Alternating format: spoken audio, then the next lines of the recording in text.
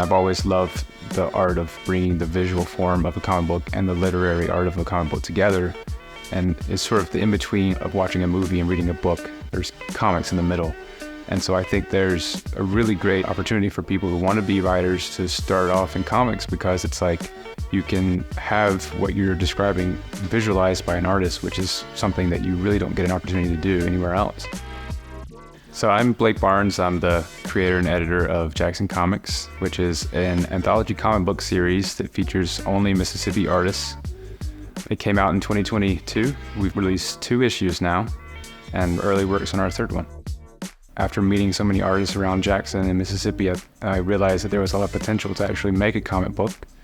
And so with the Arts Commission's grant, I realized there was an avenue to actually make it happen. I applied for the grant, and we got a lot of support from people to make it happen. And then once we got the grant, we were able to get started. Individual project grants are for up to $2,000 for individual artists to carry out community-based projects that support their artistic careers and also support artistic efforts in their community. So examples of what these grants have been used for are concerts, performances, choreographed dances that involve community members, art exhibitions, theater performances. There's so many different things that an individual can do to support innovation in their community. These grants are made possible by the National Endowment for the Arts and the Mississippi State Legislature. Pulling people together through different means of making sure they were Mississippi artists, but also that they were interested in comic books. And I thought it would be sort of that there weren't a lot of options, but it actually turned out that there were way more options than I thought I would find, especially after having done it twice. And so there's a lot of possibilities for future issues. And I was like, oh, that's a great idea. Let's get, a lot of the artists and creators in the community to do a comic book about the city. That's awesome. Comics is always a gateway for me for how I learned how to read through my mom's comic collection, and how my son keeps interest in reading is through comic books. So it's a vital tool in the community and for kids and even adults as well.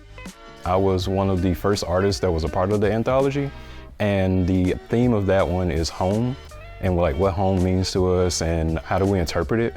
Comics as a medium is accessible to everyone. And the more that you do it, the more that you realize, like, wait a minute, this is actually a lot of fun.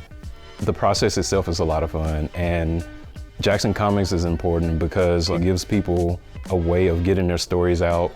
I think as a visual artist myself, it's really empowering to know that the state is invested in the work that I'm doing. And I'm sure that a lot of artists in the area can share that sentiment. I know that when there is buy-in for talent here, people are more likely to stay here. And I want to see talent cultivated in the state. I want to make sure that I'm a part of the positive change that I want to see. So I think staying in the state and investing in the state and promoting things that are happening here so people know where to put their money so that we can all just have a city and a state that's thriving.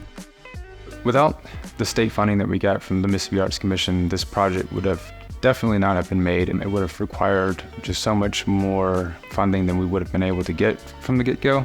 I think it's important to have the state funding initially to get something started, and then once that ball gets rolling, it can take shape on its own, and you can start getting sponsorships and donations and people just buying comics in the future. We've done the comic book workshop, which wouldn't have been possible without the grant funding itself. And so it's like every exchange we've had with the communities, you could lead back to getting that first initial grant from the Arts Commission. The whole point is to create a community of artists around a project, to create an opportunity for people who want to do a medium that's often overlooked and in one of the most overlooked states. And so it's like comics is the perfect medium for these people, and it's loved by more people than you would expect.